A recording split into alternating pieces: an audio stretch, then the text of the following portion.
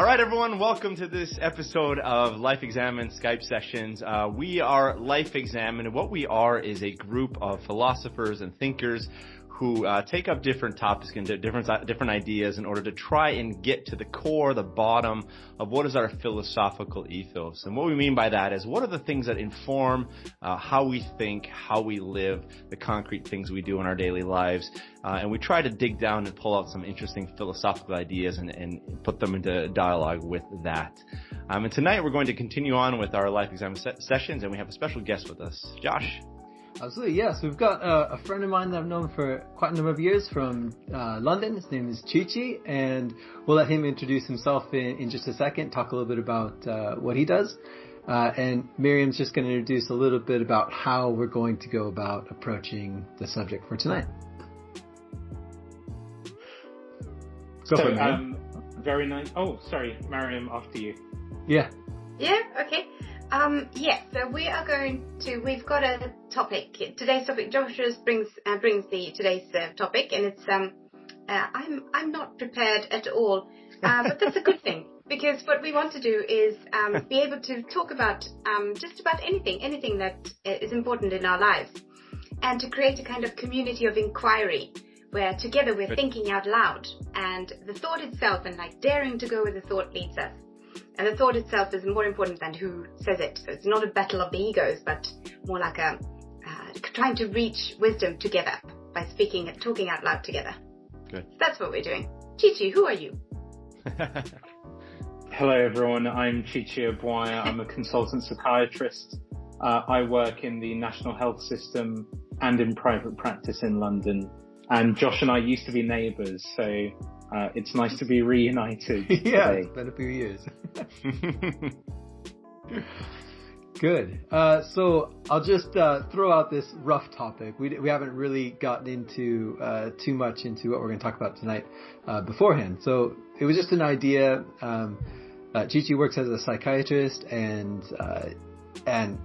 we're philosophers, Miriam and Matthew and I work mostly in research right now that looks into autonomous vehicles and people. And so this idea has been in my mind for quite a while, thinking about interdependence or dependence. And I guess what I mean by that is that there are all kinds of ways that we are dependent on things around us, on each other, on our food, on all kinds of things in good and healthy ways. And there's ways that we're dependent on things in unhealthy ways. So I just wanted to sort of get into thinking about this idea of dependence or interdependence. So that would be where two things depend on each other. And just think about that idea. I mean, there are a lot of examples of where things are dependent on something else. This could be conceptually. Two ideas could be dependent on each other, or it could be psychologically, or it could be in other ways. So I just want to sort of explore that idea of dependence and interdependence and see what comes out of a discussion about it. Can I throw a question back to you to start out, just definitionally? Yeah. Independence, does that play in this discussion anywhere? Yeah. Is that the contrast or the opposite of dependence, or is independence also the opposite of interdependence?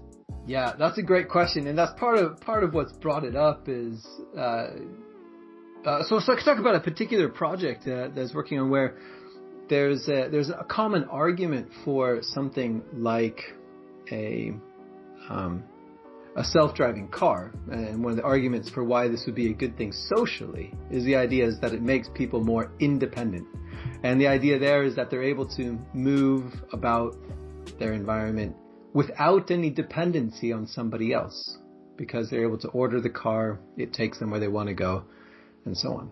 So oftentimes they're put forward as a kind of that they're against each other. You're either dependent, and that's negative, or you're independent, and that's positive. That's the way that it's oftentimes talked about. I mean, of course, there's many different scenarios where you could talk about this, but oftentimes that's the way it's put forward, that these are opposites, and one is good and one is bad. And that seems problematic to me, I suppose. So definitionally, oftentimes they're seen as being opposites, but I don't, and one is seen as being negative, that is dependence, and one is seen as being positive, independence.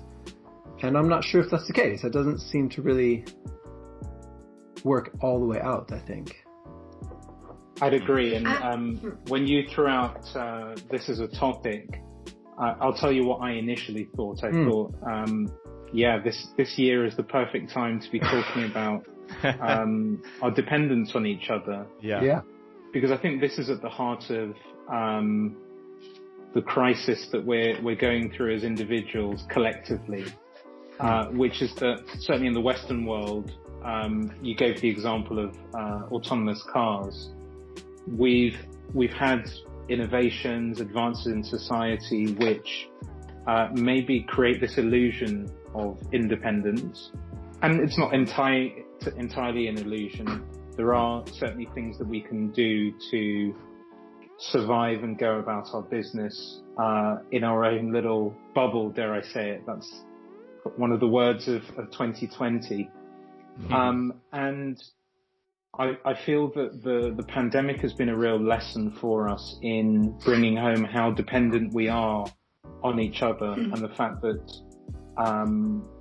there's something important about the relationships we develop, and the need to remain connected to people and to rely on people. So technically speaking, I'm classed as a key worker in the UK, and we get special dispensation because we're in the middle of a lockdown still. And as a key worker, there's a little bit more movement that one is entitled to. But even that question, what is a key worker? I happen to be a healthcare professional, but I'd argue that the person who delivers my post or who stays in the supermarket so that we can all buy our food, and you can just keep going with that argument. And the point is that we are dependent on each other to do the different things that we do. This year's been, I think, very humbling in that sense, because there's a drive for us to be more independent, but actually the fragility and the vulnerability that we have has really been exposed. And maybe we need to embrace the interdependence we have much more so than we have within certainly Western culture. Nice. That's super good, because I think what we're getting at here is something that's very interesting. The raising the question of what do we assume has been the de facto position of the human person. And I think as you said, this pandemic has revealed to us that our de facto position is actually a position of dependency. And I don't know what that means about independence, if it's in fact something of an illusion, or if we can talk about independence in certain contexts, in certain ways. But there's a whole history, for example, of if I want to throw in care ethics, of talking about our natural position as human beings is the position in these relationships with one another. In fact, our ontology, our very being, is intertwined with others in such a way that that's the starting point. That is our natural position as human beings. To get to a point of individuality and independence is actually quite a massive jump of abstraction that's required to get there. Do you mean that we kind of have our natural state would be one of sort of being enmeshed in a context with others and so on? But absolutely. So I guess relationally, ethically, morally, but even ontologically, as far as our very nature as beings is socially intertwined with others. So, but that raises another question, which is, so what I pointed to, that oftentimes the idea of interdependence is put in opposition to dependence, that there's a kind of move towards interdependence as being a move in a positive way. I'm not sure if it's necessarily in a moral way, but maybe. So I guess one question would be, though it might be true that we are born into a state of interdependence, that of course doesn't justify that that's a good state to be in. So a further question is it good to stay in that state, or should we do the most we can to try and make it so that people are more independent? I have a view on this. A perspective. Like a view, a perspective, something. So we, instead of instead of getting lost in whether independence is a good or bad thing, I mean, we can imagine that too independent, if you can put two in front of it, it means that it can go to excess. But something that we can talk about is something like autonomy and authenticity and integrity and these words, because if you can define yourself, you can be interdependent. Otherwise, it's not interdependence; it's something else. It's dependence, or it's like symbiosis or something like that. But to be to do while you're working on your autonomy and your authenticity and integrity. I mean, integrity means to integrate like all the different parts of me. And like some psychoanalyst once said, so beautifully put, we are members of each other. And in that way, we have always these little pieces of other people in us, and our tentacles is going out to other people as well, So right. So in that we can so in that way the relational aspect is always there. Otherwise, it's solipsism. I'm the only person who exists here, and all of you are in my imagination. So in that way, you can to be an autonomous person who is capable of interdependence. That sort of together with those comes the willingness to serve. You know what I mean? Like to always imagine what am I going to do? Who with? Like who for? Who with? The other person is always. You see? You're saying we require a certain amount of differentiation of dependence from one another as subjects to be able then to relate to and care for one another. Is that essentially? Yeah, like we need to separate to be united. That this wonderful paradox about the oneness of all, that you have to understand yourself as a part of the whole, but that requires a lot of that is to be authentic, is to figure out what your part is. Who am I in all of this? And that's another thing I thought about with Corona situation in the world, that it's kind of like this new person a new me has emerged, and for me it was a really positive experience. Like, who am I when there's a crisis in the world? And I noticed that all of my normal problems, like the little things that we do here at home and the things that used to annoy me, or the feelings nobody listens to me, or I want to be angry, or whatever these things that we all bring, they kind of faded, all of them. And now I'm ready to do this bigger thing. So this new me emerged, and it has a lot to do with wanting to serve, wanting to be a part of my community, my society, wanting to build like the new world kind of thing. And this also means not just asking like, how do I feel about things? That's an important part. That's a part of understanding my who I am and my position, my authenticity, but also to ask like, what would I like to contribute with? Like, who do I want to be in this? Yeah. But it would be fascinating to see what people would have said this time last year, compared to now in that regard. Because I think that's a huge insight that you've just revealed there, Miriam, in that even defining oneself is in the context of other people, and that's a huge step for a lot of people. And I don't know that for our generation that's the way in which a lot of people have interacted and engaged with the world. But I think it's something that for a lot of people has hit home, and it's one of the important narratives to come out of this year. Yeah. I'm wondering if I could throw a question over to you, Chi Chi. It only took us about 14 minutes for me to bring up the word paradox here, but it seems like when we talk about this issue, there seems to be a fundamental paradox here, that we are at the same time dependent and independent. But once again, to talk about this issue in that way is to fall back into a binary.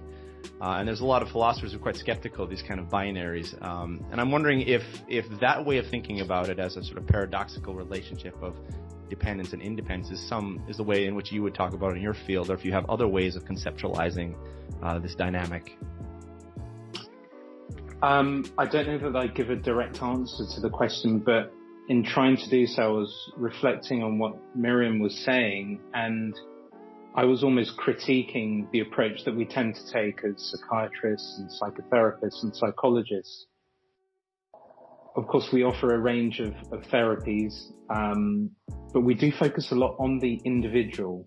And we focus on what their worries are, how they're defining themselves, what's concerning them. And yes, it's in the context of, say, an individual within a marriage or an individual who's a parent. But we do focus a lot on that person, as we tend to define that individual and their own needs. There's something about the language of this season in that we're trying to, and we do encourage people to be outward focused, but I think we're becoming more intentional in doing that.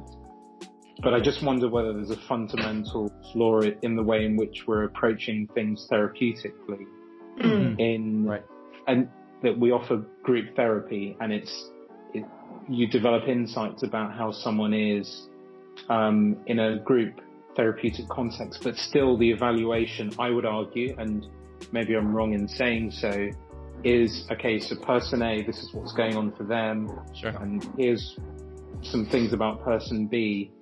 And I just wonder whether we do enough to promote this very idea that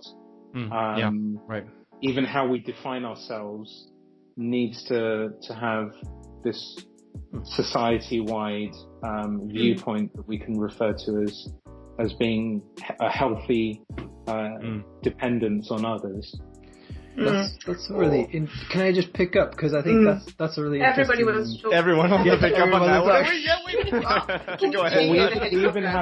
We have a subset of personality disorders, a dependent personality disorder. What does that mean? So it just means that. Yeah. So personality disorders refer to ingrained patterns of behavior that arise usually in adolescence and persist into one's adult life. So there are issues around self-identity, interpersonal relationships, and there are many subsets. So dependent personality disordered individual is someone who would, it's ironic saying it even, who would struggle, who would sort of latch on to other individuals. So in a therapeutic context, to myself or a colleague, and they struggle to then have a greater sense of independence and not to be reliant on others. So even as I'm saying it, I'm sort of questioning. Now, clearly there are some people who, I guess, are over-reliant on others for meeting their emotional needs, but perhaps, again, that's something that we need to think about, that we're in our diagnostic labels, we're even being critical of people who might naturally lean towards others in defining who they are, which goes back to Miriam's point. It sounds I can because my idea connects with this. So it sounds a little bit like that's it partly relates to Maslow's hierarchy, right? Where as you go up in terms of your hierarchy, you get more independent, and the top is to be sort of a fully independent individual. No, but to transcend. Well, self-transcendence. Yes, but it's also, yes, that's true. But it's as an individual in that process. Yeah. But what's interesting, what I want to pick up on is a word that you used, Miriam, which was autonomy, and I guess it relates to this, what you just mentioned, Chi Chi, the disordered personality, disordered personality of dependence, right? Where one way of saying it might be that they have no autonomy. Yeah. So, but the idea of autonomy is just such a fundamental idea in our society, and it's maybe not all bad, right? But it's an interesting notion. So I guess I could phrase it this way: is a person able to be fully authentically autonomous while being independent or being interdependent on others? Or is the very notion of being autonomous one that includes an idea of independence, that I choose on my own what to do? I mean, that's a notion of independence or a sort of personal freedom. You might put it that way. Right. I mean, if you're trying to connect it to, if you're trying to connect autonomy to what Miriam's talking about as far as integrity, then I think, when we talk about autonomy emerging from this Western tradition of rights, and there are certain rights that the individual, that should not be impeded upon, should not be taken away. There's a certain integrity. There's a certain respect for the person, if we want to talk in Kantian terms. That seems to connect very well. But by autonomy we mean utter, absolute freedom, disconnected from all other influences. It seems like I have a hard time imagining autonomy in that sense, because that seems to be a vacuous concept. But I'm connecting it more to what Miriam's saying with integrity in that sense. And I want to go back to Chi Chi's line of work and think, but to me it suddenly becomes, the question is, what does it mean to be a healthy person? Because I've just been reading about also personality disorders, and I read briefly that someone said if you take a schizophrenic person on and put them on an island, they are still schizophrenic and they have their symptoms and their worldview. But if you take a borderline personality and put them on an island, they might not show any symptoms, because for a borderline personality, the problem is always in relation to another person. Can you just describe? I don't know what borderline means. The borderline is another word is unstable personality disorder. That's the Swedish translation, and it's about 2% of everyone, so it's quite a lot of people. In ranges from mild to not so mild anymore, and it's a kind of black and white worldview where you either hate or you love someone, and sometimes it's described as like the feeling hemophilia, where everything just goes up.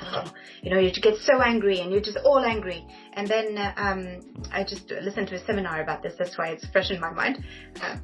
And what did he say? The guy, he said that in many psychological disorders, the question is epistemological, like how do I understand things like my feelings, and what is dangerous and what is not dangerous, and what is the world, what are the defining the things in the world.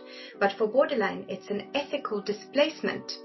So you can have for instance, a borderline personality can go and get so angry that they hit someone, and then they say, well, I was angry, in the same way as you say, I was hungry, so I ate a sandwich. But it's like wrong. It's wrong to hit someone. So the problem is ethical. I found this so intensely interesting. But bringing back to today's topic, so the key point was that personality disorders, relational personality disorders, which of course have to do with things like dependence on other people, attachment to how you attach, and with a borderline personality, it's a fear of abandonment that is frantically played out over and over by, for instance, abandoning or hurting another person or threatening to leave and things like that. A very dramatic kind of thing. But it's all about the relation, and it's so this is the kind of I don't know what my point was here, but it's the threads that I want to pull are something like, what's a healthy person?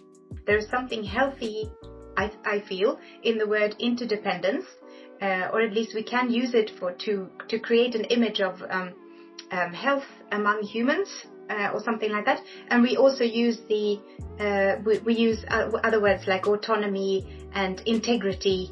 Where you don't let people overstep your boundaries, and you also let people have their own feelings, but you have an ethical.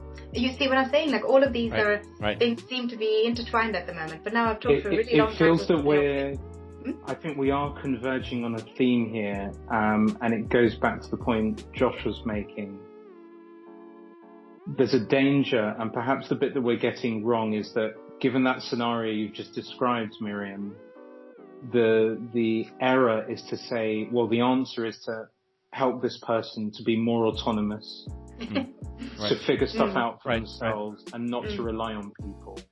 And actually where we need to get people to is that healthy balance of understanding what integrity is, understanding, and in some cases making people more autonomous, yes, because their emotions are being played out in interpersonal interactions, and that's the unhealthy bit. It's not the fact that they have relationships or dependence on others. It's that they're unhealthy in how they manifest. So perhaps we've lulled ourselves into this mistaken belief that the answer is, well, if everyone can just sort themselves out, be a bit more independent and get on with their lives, they're going to be 80% of the way there. I just wonder whether that's a mistake that we're making, a sort of unintended consequence of the approach that we're taking to supporting people, certainly in my field. Right. What do you think of ethics? Like the wanting to do the right thing, or asking the patient, what's the right thing to do? Like to develop this kind of, what do you think about that? That's like, it was new to me to see it from that perspective. Well, I think one of the danger of certainly the group of people we've been talking about who might be defined as having personality disorder is that their ability to understand what the right thing to do through no fault of their own is actually compromised. So it's an interesting question. There's nothing wrong with asking it, but it's, in some cases, it's going to be futile. In someone that can't fully think through, because we're talking about integrity, and it's the integrity in the sense that how do I define myself, and what actually belongs to the world, and where do the two interact, and what then is socially appropriate in terms of my behavior. So is this a line? Is ethics a sign of health? Is it the sign of health? How interesting. I mean, this is, I wonder if I can jump in here and ask a question as well to you, Chi Chi, that it's, and we've talked in this group quite a bit about virtue ethics. And the question I was going to ask you is, when we want to give a criteria for what it means to be a healthy person, and then we use these concepts of dependency or independency as a way of trying to help somebody become a healthy person. What is informing that concept or that definition of healthy? Because it seems, depending on which cultural categories you're drawing on, you're going to have it skewed more or less to one of these polarities. And I guess your question about ethics is interesting, Miriam, because if we want to talk about drawing in something like virtue ethics of flourishing, human flourishing, can we draw in that as a way of informing what we mean by healthy? So we don't get stuck, for example, saying, well, the healthy person in Sweden is the person who is utterly independent from family, from religion, from everything except for the state. And then that's what it means to be a healthy person, which we've seen play out in Sweden is not actually a very healthy way to live. So once again, if I can reframe the question here, when we talk about a normal healthy person, what's informing those categories? What are we looking to define that? And can we draw on ethical frameworks to help us get a better conception of that? A lot of questions there. Would be society defines that. However you want to define society, because we accept that for a lot of the conditions I might diagnose as a psychiatrist, these are behavioral syndromes. Some of them are black and white, but the vast majority of them probably occur on a spectrum of behavior. And so there has to be a cutoff. And collectively, a consensus of people will say that is abnormal, that is unhealthy. Right. And we do have revisions of our diagnostic criteria. So you will see over a 10 to 15 year period, 20 years. Right. Some of those definitions do change. I guess we tend not to think about ethics in response to one of the themes that's come up. We would think about the concept perhaps of insight as being one of the key factors. So if we take a scenario that maybe all four of us agree, Miriam, you gave the example of punching somebody because you felt upset.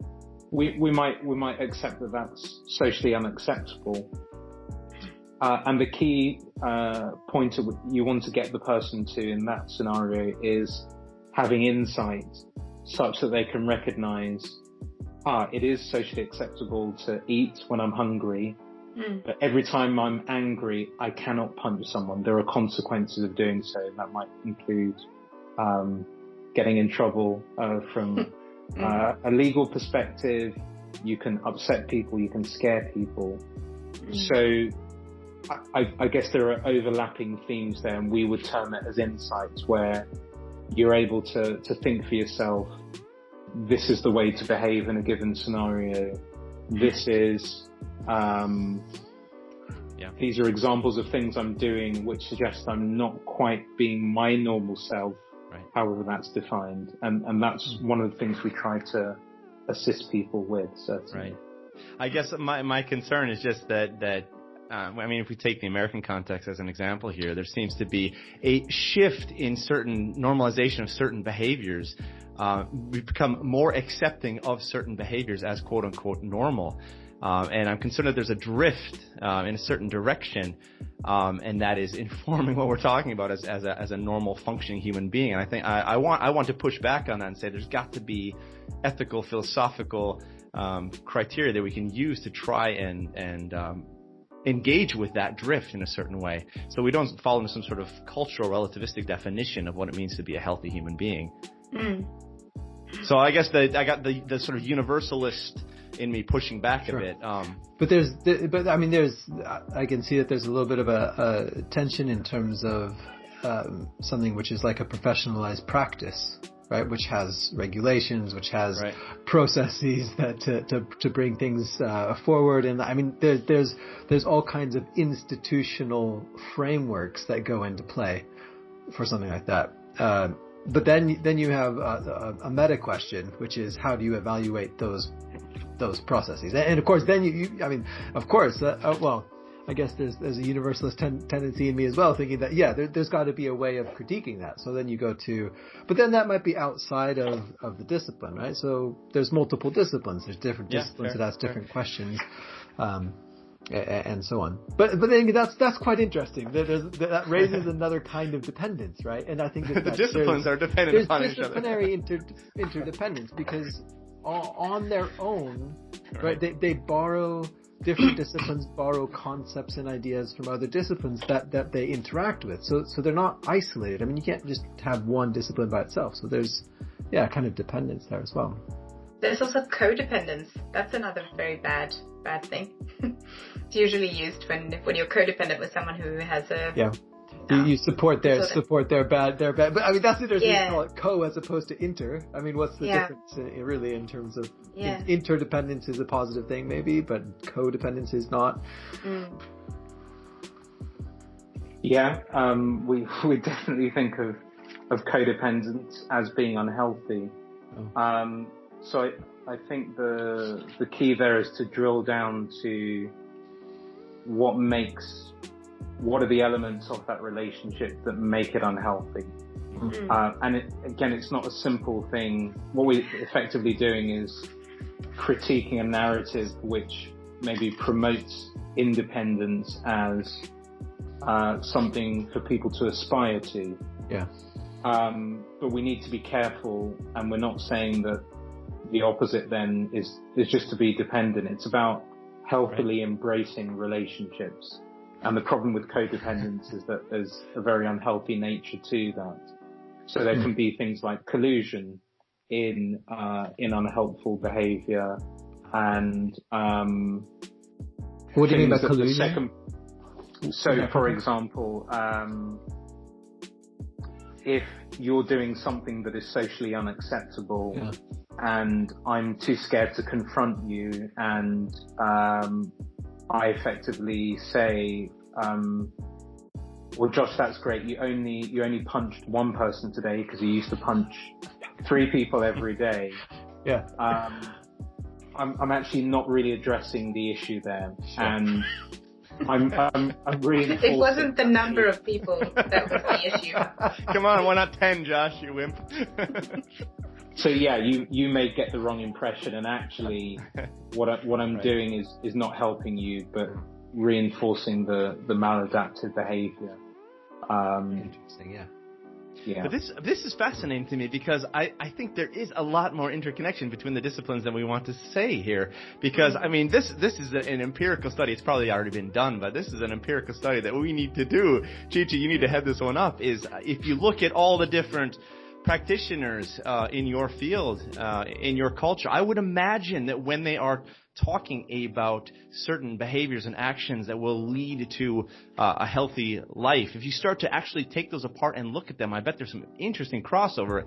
We'd be able to pull out certain factors and criteria that would actually, all of you are in fact circling around in one way or another. I would imagine that a practitioner who is wildly outside of that norm would not be a very successful practice. I could imagine.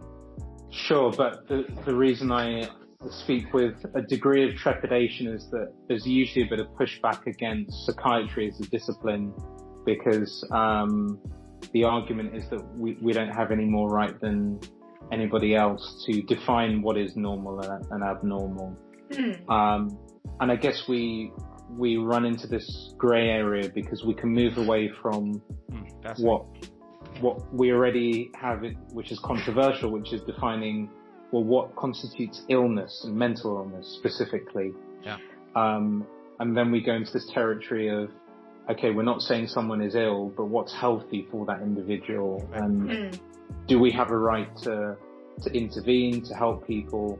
And broadly speaking, psychologists and psychotherapists are there to assist people who either directly or indirectly, and indirectly I mean maybe their spouse or their son or daughter is pushing them to get help, but people who on some level want some assistance to understand their behavior and to optimize relationships, their interaction with the world.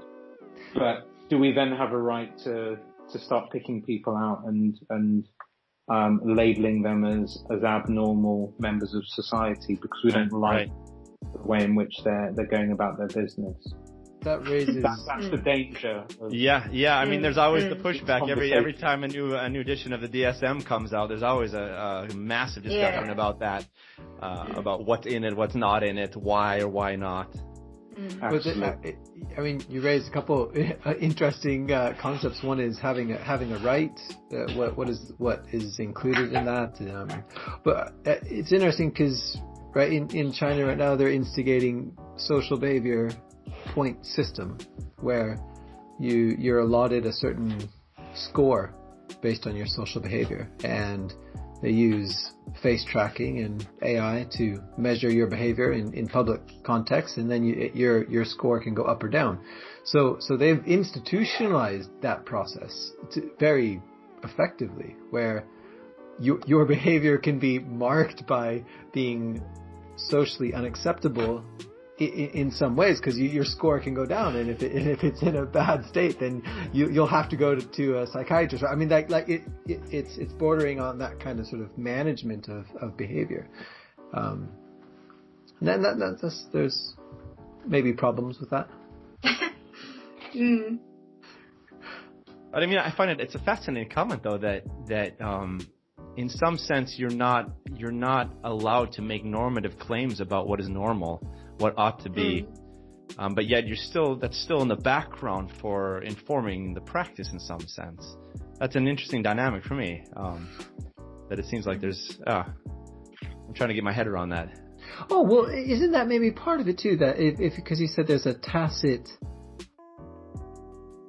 fundamental exchange that goes on where there's a tacit agreement that the individual has asked for help.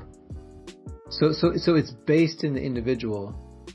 It's based in the individual's autonomy. The person wants help to act in a particular way, and that's what gives then somebody in the permission to be able to help them, because they have tacitly either directly or through somebody else asked for this help. Yeah.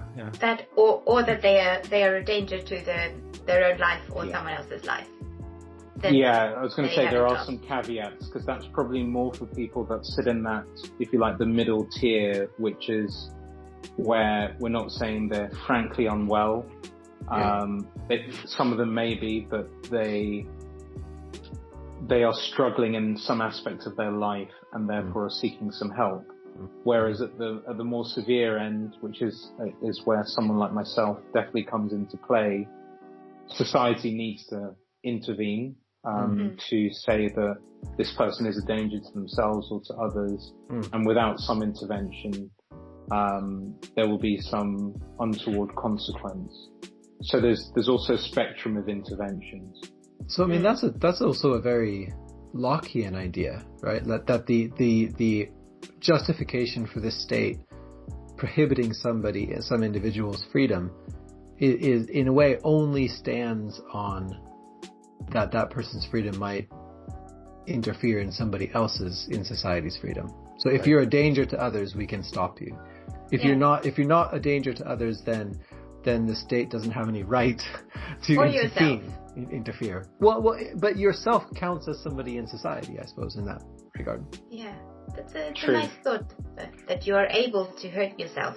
It's a very interesting philosophical idea. I mean, there's debates about that as well, right? I mean, you know, go to the Netherlands where you have a right to suicide as well, right? So I mean, there's debate about how far that extends, and if you're only a danger to yourself, does that give, or debates about whether or not it should be a mandate or a law that you wear a motorcycle helmet when you ride a motorcycle, because wearing a motorcycle helmet protects the individual, it doesn't protect other people. So is that a requirement or not? Should the state enforce a law like that?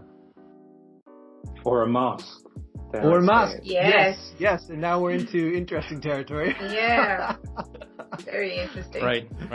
But I mean, and it's really interesting actually when you think about masks, because it's the very theme of what we're talking about. The mask doesn't protect you. It protects other people. And it's that sense that it's not all about you, and that you have a responsibility as a member of society to engage with other people, to take on some responsibility for other people. It's a great example of how all of these issues just come to the surface, and they're very emotive, clearly, as we've seen. But we're in Sweden. We don't wear masks here. I know. But it's fascinating too, because like depending on how, but you're absolutely right, Chi Chi, because depending on how the government and the health services have framed the risks of infection. So that's what makes the difference, I think, right? So it depends on how you interpret the sparse data we have, and how you take that in terms of your categories of risk behavior. Then you use that to make your policies. So then the policy is, well, you need to do this because it minimizes risk to others. So it's based on exactly this idea, like you said, Chi Chi. It comes up to the fore. And that's really good what you said, Chi Chi, though, that it's not as if our responsibility to others takes form in our mask wearing. There is a sense of responsibility already there. Then we have to have the discussion about what is the best way in which then to play out our responsibility to others in society. But being placed within society, we are already responsible to one another. The face of the other is already making a demand upon us. I've got a good example. I don't know if Miriam and Matthew, if you heard this the other day, but some official in the Swedish government got quite irritated just the other day because it came to light that with tests to test whether or not you have COVID-19, that a number of younger people, we could leave it that way, a number of younger people were using these tests to make sure that they were not positive so that they could go out and party. And she was very irritated because she was saying, look, I mean, there's a limited number of tests. Like this is using it in a way that is completely frivolous. It should be used for somebody that needs to find out if they have COVID in some important way. This is not important. And that really is quite interesting, because it turns on that idea of like, well, I'm going to use this to make sure I'm okay so I can do what I want to do, right? Like, or should I let somebody else use it. Yeah. Right. Yeah. But I mean, it's really not. I mean, it's really not that different of a discussion than a lot of other issues that we don't even talk about. How we carry ourselves on the streets, how we drive, for example, all sorts of behaviors and actions that we do that we just take for granted. And these are ways in which to carry out our responsibility to others. It's odd that this mask issue has become such a hot issue in certain circles, because in some sense it's a part of a larger phenomena that we already accept our responsibility to others, and that there are certain ways in which that plays out. But it's become very political. Yeah. But the question then becomes, have we, particularly I think over this generation, moved away from some of those assumptions? Is that how people are actually living, or has it become a bit more of a rat race, and people are just focused on cocooning themselves to the greatest extent, engaging, yes, in society, but in a way that is very self-centered and is about achieving what the individual can achieve to the highest level. I mean, we in some cases at the expense of others. Yeah, I mean, that's the way we've built a lot of the services that we have. I mean, we've Amazon, Google, Facebook, the usual bad guys these days, right? I mean, we've built a system that is specifically designed for you to get the thing that you want as quick as possible. I mean, it's designed around your own desires, and it's designed to captivate those desires as well. So I mean, to reinforce them, so that you always only get what you already want. And you always only hear your own perspective. But I wanted to, since the topic is interdependence, and then Chi Chi said something about when you diagnose and in relationship to patients, you always look at what in this relationship is healthy or unhealthy. So we can check, like, if we want to end this by imagining the kind of interdependence that we would like and that is healthy. So what would it be? What would it include? Like, I'm not saying we need to describe it, of course, but what are some important things in a healthy interdependence, in healthy interdependence in the society where we would like to live? Like, what do we do there? How do we? What are the most important concepts, the most important questions that we ask ourselves? The things that we do. What do we do every day in a place like that? For example, like if we make this a thought experiment. So autonomy is important, but if we define it, how do we talk about autonomy? So it's like to the extent that it's possible, you are able to take care of your own basic needs. Like, I'm thinking as a parent, when my 12-year-old asks me to make her breakfast, I'm like, you can do that yourself. And she can. But I mean, if that is a kind of, I mean, autonomy that's a silly example, obviously. But so in a way, this is being able to discern where is my responsibility here in this situation right now, and then and the deep knowledge that everyone else is also a person who. Well, given that Josh absolutely eviscerated the tech giants a few minutes ago, I'm gonna say something nice about them. Because they are watching us at this. Yeah, they are. We're using them to upload them. Being recorded, all kinds of information's been gathered on us. But the late Steve Jobs was the person who coined that phrase of making a dent in the universe.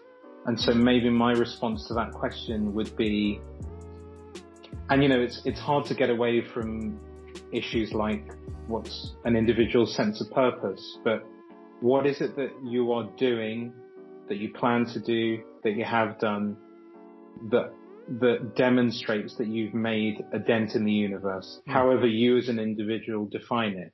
That would be my question. That's interesting. But then there's going to be, but then we're going to want flourishing, but we're going to want some kind of parameters about what kind of dent that could be, because not like an explosion. Well, you might, it depends on what kind of explosion. I mean, you might make, or when that explosion goes off, right? I mean, you might make a dent in the universe. That's a very significant dent. That's no good. That we would say is not a good dent to leave. But I think the key thing that you're trying to pick up is that an individual has a sense of the world that isn't completely self-centered.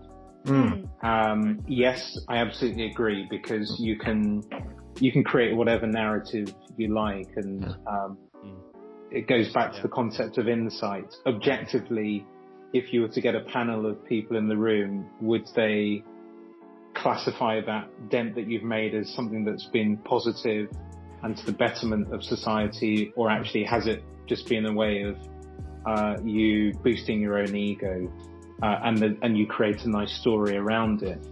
But I think by asking the question, you at least get a sense of how that person sees the world, and you then interrogate it further.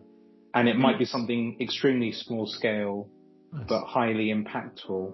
Yeah. And I'd possibly argue that those are the things that potentially are going to be more powerful examples than the fact that you're a world leader and in your mind you're having this influence over millions of people or billions, but actually it might still be even more about you in that instance than someone who's sweeping the street.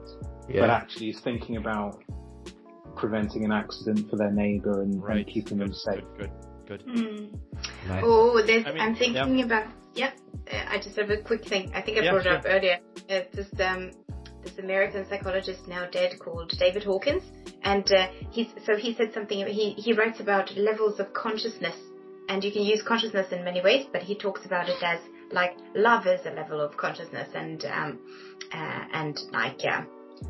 Shame is a level of consciousness, a very low one, like the lowest one.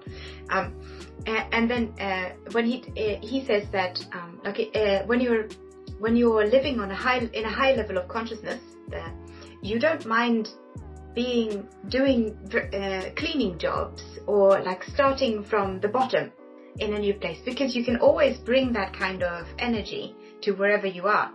So this is also the kind of way where how we measure dents is we need to like look over that and see how we can measure these dents in the universe in a broader way, like sweeping the floors and having this higher level of consciousness in the way he talks about it. If I could jump in, Miriam, and just try to answer your question without giving too much here, but I mean, in his book 2 Ages, Kierkegaard talks about what happens in a society when you lose the ideal, and he describes it beautifully, how people inside a society begin to turn against one another and sort of backbiting, infighting, which I think is actually a really nice picture of the dynamic that's actually playing out in the American context right now.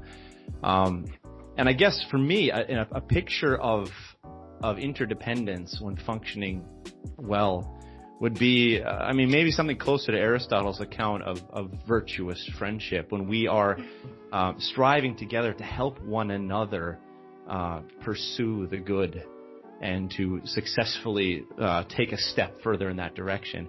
And I think, in fact, the description that you were giving, Chi Chi, is really nice. That doesn't have to be this massive, highfalutin thing. I mean, it can be in a very small, simple acts that we can do for one another, with the presupposition that we are trying to do this in order to help others that we are in relation to become better people, to become more virtuous, to pursue the good in a more successful way than they did perhaps the day before. Yeah. That to me is a good picture of interdependency in response to the collapse of functioning interdependency. Nice. I think we're kind of wrapping everything up right here. It sounds really good. I don't know if I have so much more to add other than just saying that sounds really good. Pursuing the good. Yeah. Pursuing the good. Well, I guess you could say, I think the only thing I could add is to say that I think there are hidden sides of interdependence that we often don't see as being good things, but they are good things. And maybe, like Chi Chi, you mentioned earlier that 2020 has raised some of those up to the fore, and all of a sudden we realize, oh wait, it doesn't work so well to be just on our own entirely, or to pursue that sort of at the cost of all other things. And that seems a good thing. Maybe this is a kind of righting of the ship a little bit, and we'll take a little bit more concern for our dependence on each other and interdependence. But I think that's a pretty good place to finish up the conversation. Absolutely. Any last thoughts, or should we just end it there? Yeah, that was nice. Chi Chi, do you have any final thoughts? I'm just nervous that I've been critical of colleagues, and no. I wonder whether it's just about us challenging our thinking about whether we're promoting just with good intentions, but along the wrong lines, promoting autonomy and not embracing interdependence enough, because it can be healthy. And I think it's just about getting the balance right. That's been the key insight for me. Excellent. Nice. Excellent. Yeah. These are like, if it was easy, we would already be doing it right. So, yeah. Absolutely. The quest continues. I think that's a good place to put a period there. We can thank all of you viewers for watching this episode, joining us here in this discussion. We look forward to more of these in the future, and may the discussion continue. Thank you for being here. Take care, everybody. Thank you. Thank you.